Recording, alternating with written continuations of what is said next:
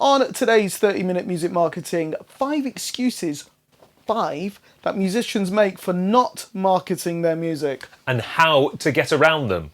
Cue title sequence. 30-minute music marketing for musicians who want to get better at marketing their music.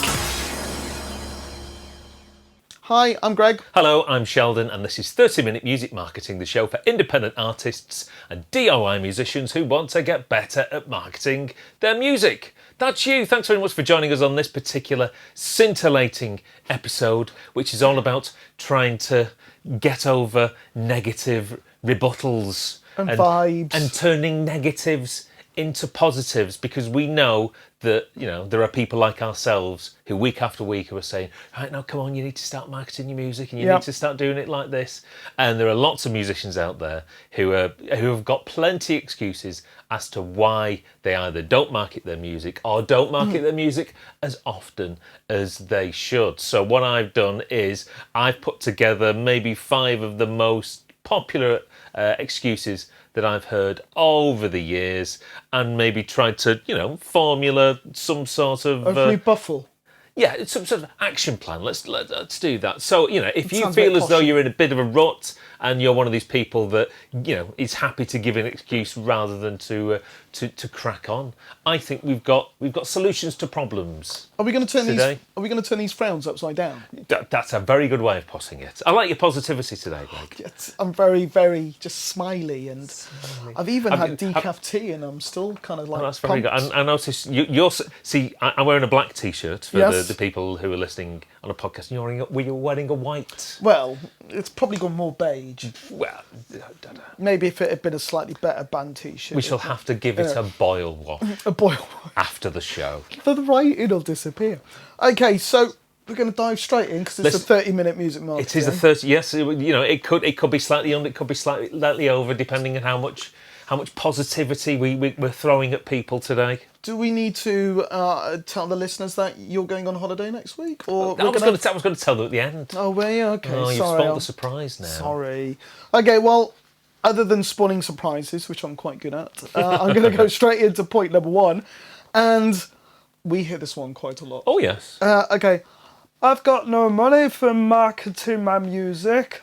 Well, you know, Obviously, not always necessarily delivered in that in that accent. particular voice. In fact, you're stealing my voices. But people saying that Okay, they I can haven't. do my Gloucestershire accent and go, I've got no money. I've got no money no for money. marketing my music. I can't even say it. Well, musicians do tend to be cash-strapped individuals. You know, that's what musicians tell us, and that's how we musicians do hear that a lot. Yes. represent themselves online. They say, "Oh, I haven't got a lot in the way of money."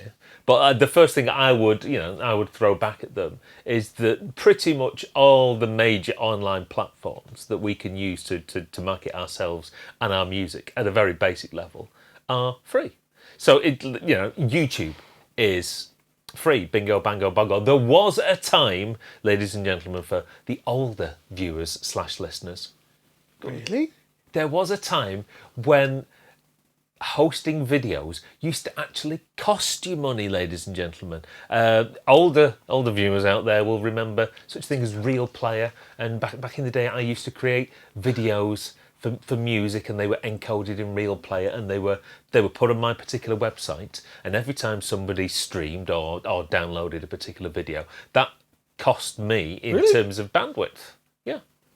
On a, you know, It's almost a bit like pay-per-view, my hosting, but it's costing you. was on pay-as-you-go. So it costed me money for people to watch a video. So for you to upload a 1080 6-minute music video and let someone else incur the server costs for streaming that particular video, I mean, you've never had it so good. And you can even actually, instead of you paying for the watch, they can pay you for the watch, but that's probably something to do later on down the line. Yeah, but you know, all your social networks are free, and I think that probably one of the most effective ways to to build up an audience and to engage an audience is to go live on a regular basis. And I would recommend to somebody that if you want to do one particular action to have a major effect on your career, if you can pick a time and a day of the week and go live for say 15-20 minutes, maybe doing, if you're some sort of acoustic performer, singer-songwriter, that sort of thing. If you're in a position to actually use your preferred social network of choice, be it Facebook or sort of YouTube, or you can go live using Periscope on Twitter. If you do that 52 weeks a year and engage people on a regular basis, you go an incredible way to actually building up an audience and engaging with the audience. And it's going to cost you absolutely nothing. The only thing is, unfortunately, we kind of discussed this slightly. It's just that we're probably going to have quite a lot of viewers who will probably not. This is all they've known, and they've almost take it for granted and don't see the real value in it. Whereas yourself and me, to some extent, we're here before. And we can gauge what it would have cost us compared to now. So it's not to say that we're more appreciative of it, but I think we probably realise the benefit probably more so than people who've just kind of grown up with this and don't see it for really the value that it represents compared to the past. Yeah, and I think it's also a case of we maybe know the value of the strategies, and once you actually sort of sit down and go, right, how can I get best use out of that particular platform, and how it can be really beneficial to me, even at a free level. That's when you really become to appreciate just how effective it can be and how useful it can be at a free level. And like we're saying on the episode where we're talking about emails and mailing list, MailChimp, and it's free up to 2,000 email addresses. So that's quite a lot. It is that will serve most musicians for at least a good couple of years. So there are Charlies like us who will say, even if you've got absolutely no money whatsoever, you've never had it so good. I mean, one of my clients here, we can quite frequently reach anything from 7,000 to 14,000 people organically through Facebook posts, but that's come through a period of time of doing regular posts, looking at the analytics, looking who our audience is, and then slowly start to tailor our content to our video. And again, that information has cost us absolutely nothing. So this idea that, okay, yes, of course, I'm sure organic reach has reduced because Facebook wants to earn money, but at the same time, you can still increase your reach by just evaluating, and just tweaking the stuff and just continually doing. And, it literally, every video that we do is getting, and he's not paying a penny for that. And it's cost us nothing. What I will say is, if you want to know the value of social media, even at a free level, don't use it. And then, okay, the thing I would say to you is, right, how are you going to get your music out there? How are you going to get your message? And how are you going to get yourself out there if you exclude yourself from social media? Then everyone, I would imagine the majority of people would have absolutely very little in the way of... That's the thing. You'd have to suddenly introduce... media, so CDs, so that would be the cost of that, so people can actually hear it in a physical form, because you've removed the online stuff. You then have to mail, and we know how much is the cost of a second class demo? It's over 50 pence per copy, per person that you're sending it to. And then you'd probably have to pay radio pluggers. I know some people still pay radio pluggers, but that would probably be your only option.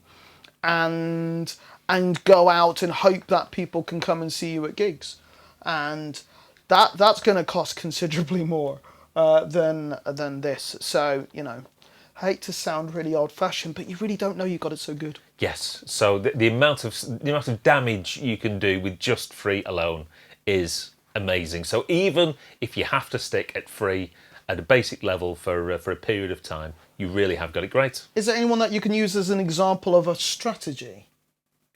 Anyone? Well, in terms of on here. Not off the top of my head. I thought you were going to talk about clear these things. I thought you were going to I thought you were going to talk about Steven Soderbergh. I was trying not to mention his name because Steven Soderbergh. Well, I was however just you pronounce his again. name. It's the right. Again, the old adage that if you've got a phone, then you've got a video camera in your pocket. And I was going to bring up the case of Steven Soderbergh last year in 2018. He shot an entire film using an iPhone 7 Plus. He shot a feature film on it. If someone there can shoot a film using an iPhone, you can shoot a music video. Well, I've seen. I can't remember the film. It obviously was very memorable, but the whole thing was shot on iPhone 4S's, going back when that came out. So, Yeah, there's been a few. Tangerine, that was one. Was it Tangerine? I'm not sure. I think Michel Gondry, he's done one as well. Because I know it's become a bit old hat now. Apologies if you've just had one made, where you're gonna get the typical DSLR kind of video, and there's lights and it's of your band playing and stuff like that. And I realised maybe 5-6 years ago they looked innovative for now, but people are paying a lot of money for this, and I can't really see what it's going to give your audience that you couldn't do with your phone, which is going to, other than cost you time, cost you financially nothing. Ideas are greater than equipment. I would agree. Yes. Right, shall we move on to point number 2? So number 2. Excuse number 2. Excuse number 2. I have no time for marketing. Okay, I fully appreciate that. Generally most musicians will have other things that are stealing their time. This one's quite a big one, isn't it? It is, and we can't necessarily run off from those life responsibilities of work, college, university, parenting, pub. Well, Netflix. Well, yeah. So you can maybe reduce your frequency of going to the pub. You can maybe get rid of Netflix if you think as though that is stealing. Yes. Is Netflix stealing too much of your time? I will say, have you seen the new Dark Crystal thing yet that's on Netflix? I've seen the things for it. It looks a little creepy. It's an all ages fantasy thing. Okay. It kind of really looks good. like a cross between Labyrinth and the Never-Ending Story. Well, did you ever see the original Dark Crystal? We really should edit this bit out. Didn't that have Tom Cruise in it? No. Oh, he was in a film that was kind of similar. That was what was that one? Don't know. Right in. Please put it in the comments below. No, it wasn't Legion. It wasn't Tim Curry was the devil. We'll put it in the show notes. Okay. We'll IMDb it afterwards. Right, we were talking. Right, yeah. So if you think as though Netflix or Amazon Prime is stealing too much of your time, then you've got to do a little bit of a life audit. I like that. A life audit.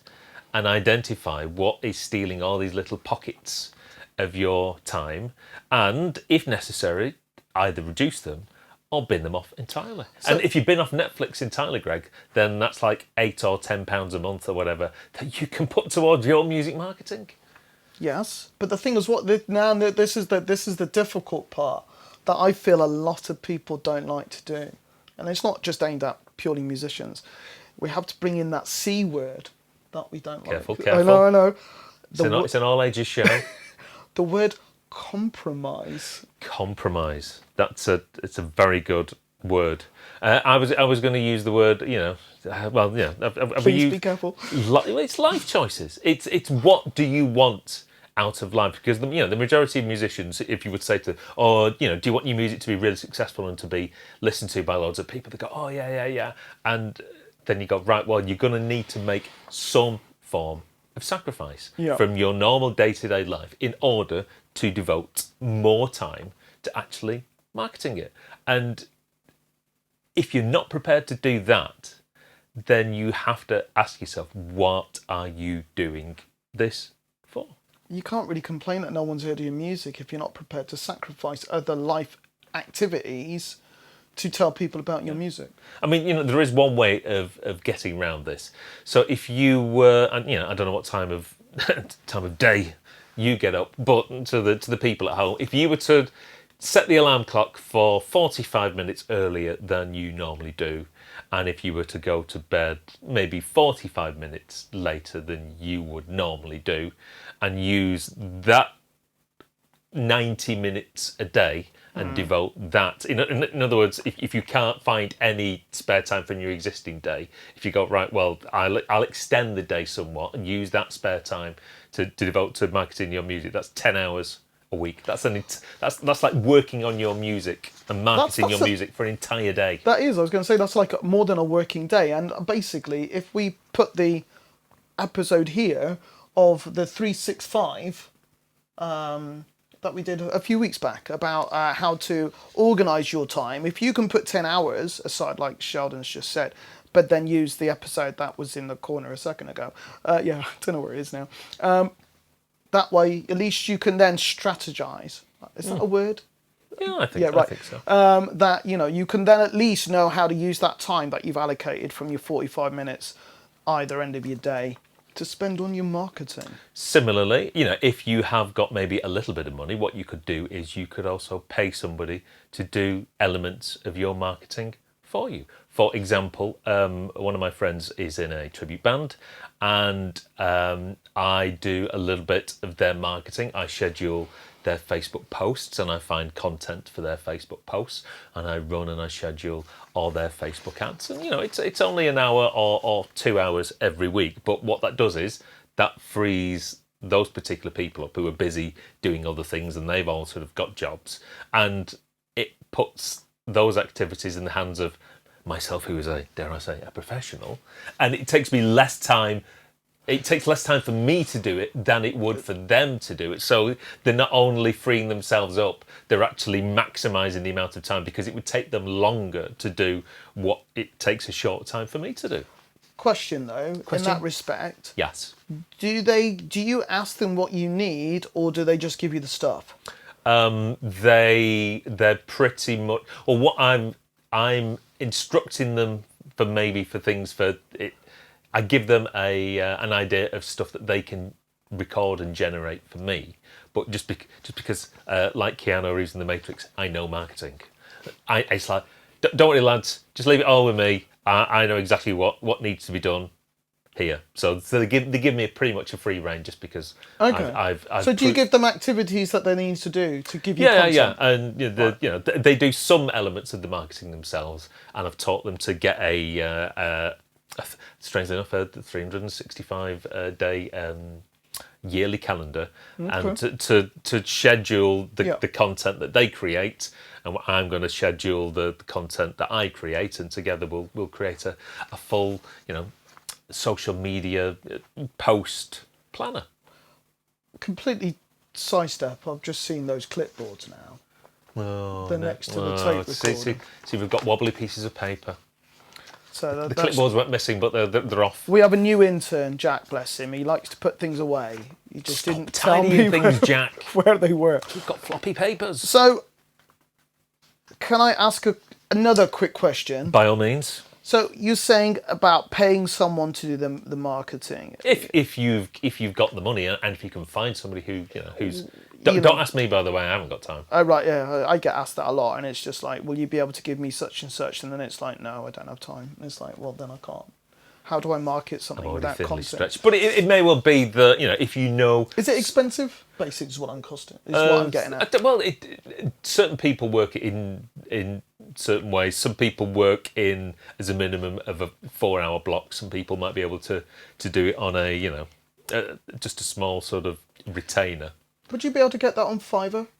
You could do that on Fiverr, but what I would try and work with somebody you maybe know personally. So it may well be that you know someone who's a musician or is in another band, and they particularly kill it on the socials, and it may well be that you can just approach them and go, look, you're dead good at this. If I bung you a bit of cash, can you do similar sorts of things for me? And as musicians are often cash strapped, point number one, that hopefully they'll probably say yes. So you've kind of rebuffed the I have no time for marketing. You want to tell us? So now we're going on to excuse number 3. it's the wrong time. Well, I didn't quite know how to kind of approach yeah, that. but what a lot of musicians say, they look at their own sort of personal calendar and they think, right, well, I've not got another gig coming up for another like sort of 2 months, and I've got sort of no music releases on the horizon, so I don't need to do any marketing right now. Thank you very much. I'm just going to put my feet up and watch a load of YouTube. So I'm not doing any marketing because there's nothing going on. To which I would say, no, this is actually the time now when you should be doing your marketing, for the simple reason that if you only start marketing just as you're about to gig or just as you're about to have a music release, then first off, your audience will have become quite cold. They will have forgotten about you. Literally, every time you open your phone on social media, there's people engaging and posting sort of content. And if you go away for even a modest amount of time, you're pretty much close to being forgotten in this day and age. Plus, if you only are active and busy on social media when you want somebody for something, as in, oh, you won't come to my gig, will you? Oh, you won't watch my video for you. And then you become that very needy person. And I'm sure everybody out there has got someone in their lives who, as soon as the phone rings and they see a particular name on that phone, they think, what does she want? Or what does he want? Because they only ring me whenever they want something, and that's the wrong thing for you as a musician to be. You're going back to in some respects, that your social media content just becomes adverts. Yeah. Which nobody watches a TV station that just shows adverts. So you need to be in a position where you are constantly creating content and engaging with your audience. I mean, even if it's a case of once, amongst all your content, once a week, doing a poll. I mean, I'm trying to, as part of my social media content, have one poll per week where I just ask my audience what I think is a pertinent question that's applicable to our music and our brand, and allowing them to join in a particular conversation. It's nothing to do with my music. It's nothing to do, with about any gigs that are coming up, and it's just an opportunity to gauge somebody's opinion on something and allow them to join in a fun conversation. So and in doing so, that reminds the audience out there that we're still there, and we become part of the fabric of their lives. I do think a lot of bands and musicians seem to think that their content needs to be solely music related. And I think that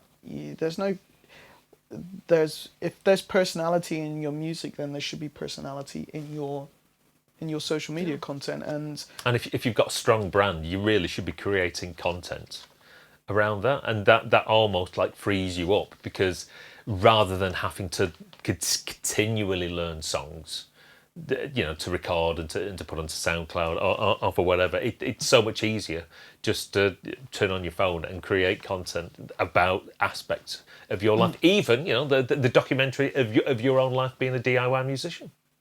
So one thing I will say is, going back to the episode, which was episode 12, the 365 Music Marketing Plan, there's lots of ideas in terms of how to create content on a continuing basis. Didn't you provide a document for that as well? That will be in the show notes of episode 12. And which goes to a link on the 30minutemusicmarketing.com website, where you can download it from there. When was the last time you updated the website? There you go. That's something you can do during our little our little holiday. Yes, I forgot. I don't think I put up last week's deep dive. I put it on the YouTube and the social media. He basically YouTubes and then he's off.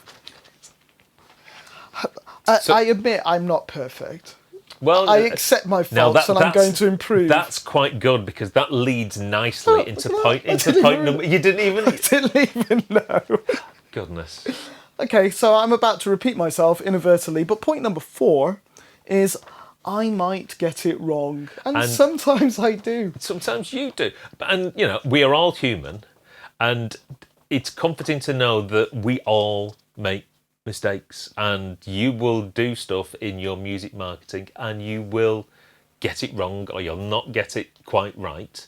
And we shouldn't necessarily be too worried about that. Every time you do something and it doesn't necessarily catch fire with your audience, or for whatever reason it might be posted at the wrong time, or it was the wrong sort of content to post and people didn't necessarily like, engage, share, or engage with it at all those tiny little, I won't call them failures, missteps, they're what's referred to in the business industry as data points. They're points of information where you now know, right, I don't need to necessarily do this again, or I need to adopt, adapt and improve and change. And your music marketing and your music career is just an incremental series of trying things, seeing what works. Okay, let's do more of that. You'll try some things and they won't necessarily work as well, so you'll do less of that. So it's an ongoing process of adopting, adapting and changing. And what you will do is you will look back at your older posts and your older videos and you will probably shudder and go, that really doesn't reflect, I have no idea what I was doing. It doesn't reflect the sort of person that I am now. But you learn from those experiences. And earlier this year I did a talk at a college in Shrewsbury, I think it was. Okay. And there was one of the students who came up to me and said, "Oh, right, I'd like some sort of music advice and some tips." And I went away and I examined the socials and I said, right, here's one of the things you need to do in terms of yourself as a singer-songwriter, acoustic guitar. Then you need to be, posting and uploading cover videos to YouTube. And she went, "Oh, I tried that once, and then I got a comment saying this, this wasn't particularly, the cover wasn't particularly accomplished." And just said to her, right, well, don't worry too much about that. That is, A, that's one person's point of view, and B, if upon reflection, do you think that, oh, right, yeah, actually, looking back at it, maybe that wasn't that particular person has a point, then it's now up to you to go, right, well, that person's given me a particular data point. I do need to, improve upon my musicianship or my, stage performance craft, even if it's only in front of a video camera. So, all these things where you might make missteps, they're really actually points of improvement, and people, you're getting the data back, especially from social posts, when you can see how maybe little people have engaged. Yeah. And all that data is useful. That's the thing. I mean, I think one of the parts, the aspects, certainly I know that you like from doing all this, is that you're continually learning. I mean, how many people out there have bought a lottery ticket and got it right first time? Well, yeah, but there is an element of chance in that. But people tend to forget how even big companies like Google, they're constantly building new products and new platforms just to see if they work, and if they don't, then they'll just quietly that's get the thing. retired. You only really hear and I think I remember seeing this on possibly a TED talk or something, where the artists that you only ever really hear the things they got right. Very little is spoken about the things they got wrong. It doesn't mean that they didn't get things wrong.